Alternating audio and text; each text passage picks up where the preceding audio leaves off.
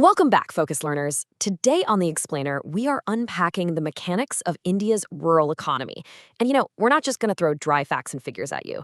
Instead, I want you to really think of rural India as this complex, living, breathing ecosystem.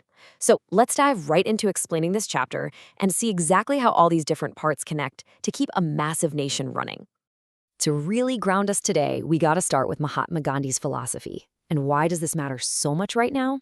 Well, because even with the rapid explosion of modern cities and IT hubs, more than 2/3 of India's population is still heavily dependent on agriculture. If we actually want to understand the real progress of the nation, we absolutely have to understand this rural ecosystem. It is literally the backbone of the entire country. Okay, here's our roadmap for the explainer today. We're going to start with why rural development matters, look at the lifeline of rural credit, dive into upgrading agricultural markets, talk about diversifying the rural economy, and then wrap up with a digital and sustainable future. Let's get to it.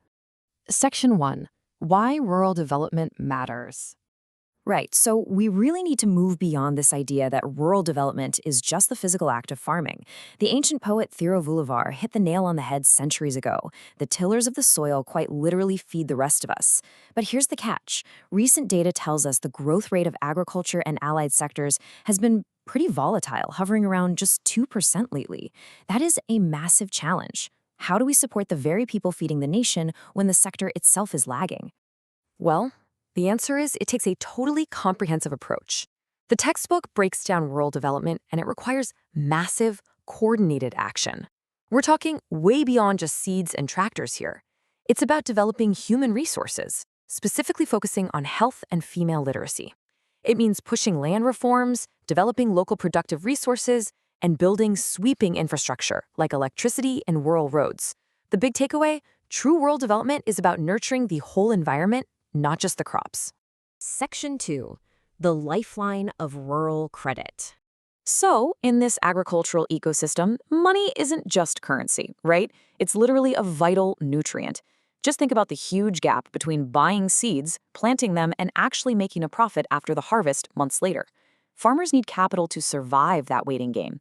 India's rural banking had to evolve to meet that exact need. It started with social banking in 1969, led to the crucial setup of NABARD in 1982 to coordinate everything, and has now grown into our modern era of microcredit and mass banking. Historically, this credit ecosystem was pretty grim. It was completely dominated by exploitative moneylenders who would trap small farmers in these vicious debt cycles with crazy high interest rates. But today, we're seeing a massive shift towards self-help groups, or SHGs. These groups pool their money together and lend at totally reasonable rates. And honestly, it's not just about money, it's a full-on social revolution. We're talking nearly 6 crore women across India who are now part of these empowering groups. And speaking of massive numbers, get this, 500 million. Through the Jan Dhan Yojana scheme, over 50 crore people open bank accounts. That is absolutely huge. It's a monumental shift for the rural ecosystem, bringing hundreds of millions of people into the formal financial system, promoting savings, and providing literal lifelines like overdrafts and accidental insurance. But, despite all those incredible strides, explaining this chapter means we have to look at a pretty tough reality. Why are agricultural loan default rates still chronically high? Even with formal banks, the struggle is very real. Sometimes loans meant for farming are just used for immediate family needs or emergencies. And tragically, when crops fail and those debts pile up, it can lead to absolutely devastating outcomes, like farmer suicides. So yes, the financial ecosystem is vast, but it remains incredibly vulnerable. Section 3. Upgrading agricultural markets. Okay, so once the crops are finally grown, how does this ecosystem actually distribute them? Well, before independence, farmers had a really tough time in the market yards. Private traders used faulting weighing scales, and there was basically zero price transparency. And while things are definitely better today, the infrastructure gap is still a huge problem. Did you know that right now more than 10% of agricultural goods are wasted simply because we don't have adequate storage facilities? That's just wild. To protect farmers from the dominance of private traders, the government stepped in with 4 vital steps. First, regulating the markets to ensure transparency. Second, building out that physical infrastructure like cold storage. Third, encouraging cooperative marketing. Think about the massive success of the dairy cooperatives in Gujarat. And fourth, using policy instruments, things like assuring minimum support prices, or MSP, and maintaining buffer stocks to protect farmers' incomes when things get rough. What's really cool now is that farmers are taking things into their own hands. They are literally cutting out the middleman and selling directly to consumers through emerging alternative markets, places like Apni Mandi in Punjab or Raitu Bazaars in Andhra Pradesh. Plus, a lot of them are securing lucrative contracts directly with multinational fast food chains, locking in a pre-decided price for their high-quality crops. It's a real game changer. But regulating all of this, it's incredibly complex. As the source material points out, the Indian Parliament passed 3 farm laws in 2020 designed to reform this exact marketing system. Now, these laws were supported by some farming sections, they were strongly opposed by others, and they were ultimately repealed. It's a really stark reminder of just how sensitive and heavily debated agricultural market reforms are for the country. Section 4. Diversifying the rural economy. Now, to survive the risks of relying only on farming, especially during the dry Rabi season, the rural ecosystem absolutely has to adapt. When you think of India's livestock, you might expect cattle to completely dominate, right? But check this out. Poultry actually makes up a massive 61% of livestock distribution. This allied sector is crucial. It gives stable, alternative livelihood options to over 70 million small and marginal farmers across the whole country. And because the agricultural sector is pretty overcrowded right now, shifting workers into non-farm activities is a must. Take jaggery making, for example.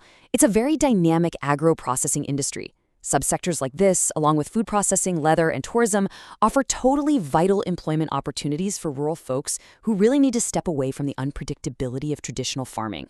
2 other amazing avenues for diversification are fisheries and horticulture. For fishing communities, water bodies are revered as life givers, with inland sources now making up 75% of production and contributing 1.5% to the total GDP. Then, on the flip side, we have horticulture, the growing of fruits, vegetables, and spices. India is a global powerhouse here. Horticulture now makes up a massive 1/3 of the value of agriculture output and 6% of India's entire GDP. So the really important takeaway here is that diversification creates empowerment, and that is especially true for women. Let me give you a fantastic real-world example. Tanwa, the Tamil Nadu Women in Agriculture Project. They're out there training women in organic farming, vermicomposting, and microcredit systems. Using their savings, these women are launching small-scale businesses and creating their own independent, sustainable incomes. It's just a brilliant micro-case study of how resilient this ecosystem can be. Section 5. The digital and sustainable future. Going forward, the future really hinges on IT and sustainability. Information technology isn't just for big cities anymore. It's a super powerful tool right now to predict food insecurity, send critical weather and price data straight to farmers' phones, and boost market efficiency. And at the exact same time, there's this massive growing push to shift away from toxic chemical fertilizers and move toward eco-friendly organic farming to save both our health and the soil. So we've explored how explaining this chapter reveals a rural ecosystem that relies on credit, regulated markets, and some serious diversification. But as high-speed data and these sustainable practices really take hold, how will the very fabric of this ancient traditional ecosystem completely transform in the coming decades? It's going to be a fascinating evolution to watch. Thank you so much for joining me on this explainer, and keep learning.